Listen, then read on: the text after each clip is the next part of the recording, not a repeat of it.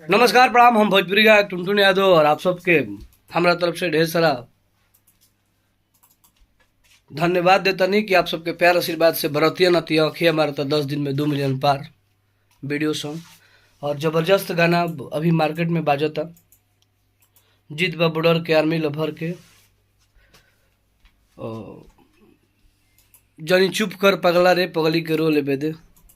तो तू लोग तमाम गाना के ढेर सारा प्यार आशीर्वाद देते रहो हमरा और बड़ी ही हमरा खुशी मिलता, खुशी होता हमरा ऑडियंस से। हम का बताई। और अभी हम कालिका स्टूडियो में सुबह 4 बज रहा बा और चैता के कंटिन्यू 15 गाना रिकॉर्डिंग भइला और कल 6 बजे से घुसल बने अभी तक रिकॉर्डिंग करतनी। और हमारे मुखिया भाई सो रहे हैं, सुतम मत, अभी दुगरू लोकगीत गा लिया। और ये हमारे मुखिया मुस्कान जी हैं और आप लोगों के दिलों के धड़कन और हमारे दिल के करेजा। 99% गाना मेरे लिए लिखने वाले हमारे सुनील सागर जी, बेचारे के वहाँ ही आवता जतने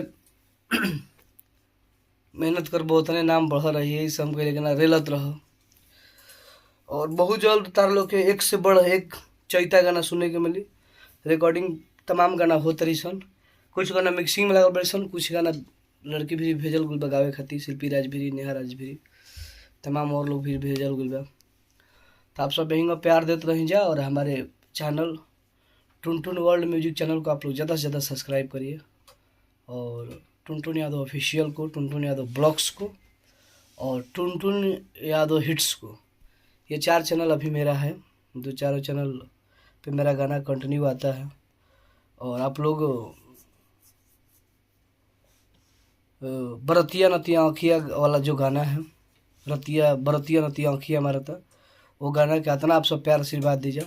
और आशा न पूर्ण विश्वास पर हमारे कि वो गाना जबरदस्त बाजी। और एक और खुशी की बात बाकी, अभी तक हमारे लाइफ के सबसे बड़ा गाना हमारी सिक्सर के 6 गोली छाती मेरे, वो गाना के व्यूज टोटल मिला के 20 मिलियन हो गई बा। तो इतना प्यार आशीर्वाद देवे खातिर 2 महीना में दिल से थैंक यू। तो लोग यहीं प्यार देते रहलो, आँख मारत रहो। हाँ, और आँख मारल अब की के लगन में इतना आँख मार दलो, इतना जहाँ बारात में जालो तहाँ आँख मारलो और इतना बजाओ लो कि एकदम गर्दा गर्दा हो जाए। और हमारा दिल के करीब वो गाना बा और वो गाना से बहुत उम्मीद रख ले बनी कि पब्लिक 14 तारीख के सतुआन बिता के हाँ ओकरा बाद जितना आई लगन पुली आई तो वो घड़ी तो मतलब मैंने अब का कहीं। हाँ, बर्थडे से लेके सडे से लेके हर जगह वो गाना को आप लोग बजाइए। एकदम बिल्कुल साफ़ सुथरा गाना और मार्केट का सबसे अलग मिजाजी गाना है। और हमारा पूरा वो गाना पे विश्वास बा, हमरे ना हमारे कवियो जी के विश्वास बा कि वो गाना एक तरफा बाजी और एक तरफा भी बाजता हर जगह गाना वो सुने के मिला था हर जगह।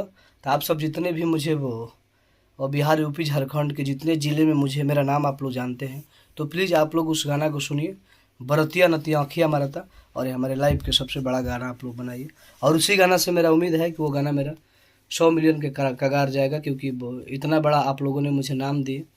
तो आप लोगों को प्यार देना फ़र्ज बनता है कि हमारा गाना कोई 50-100 मिलियन जाए।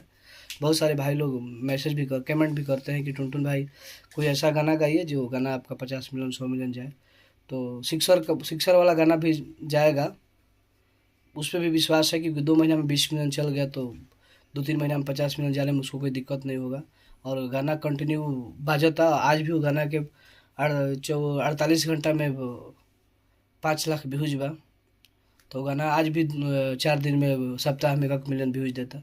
तो तुम लोगों का प्यार दे बोलो तो वो गाना एक तरफा बाजी। और आप लोग हमारे पूरे टीम को, कालिका परिवार को आप लोग ढेर सारा प्यार आशीर्वाद दीजिए। और जाते जाते मैं आप लोगों को गाना सुना दे रहा हूँ। हर की छत पे चढ़ी के तू देत बारू गाड़ी, आदि हल गाड़ी तोहर पड़ जाई भारी। हर की छत पे चढ़ के तू देत बारू गाड़ी, दिहल गाड़ी तोहर पड़ जाई भारी। तो कैसा लायल पड़वनी मने बरतिया नतिया अखिया महारता कि बेरी बेरी बबरी झारता है नतिया अखिया महारता कि बेरी बेरी बबरी झारता।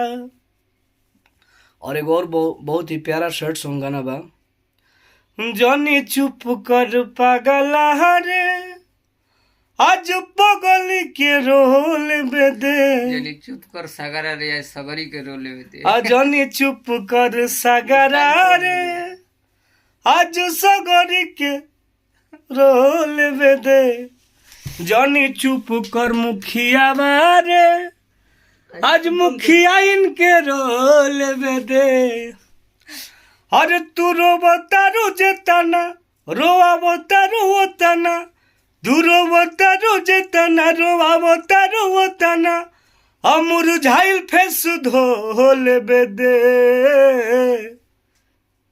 जनी चुप कर पागला रे आज पगली के रोल बेदे, जनी चुप कर पागला रे आज पगली के रोल बेदे।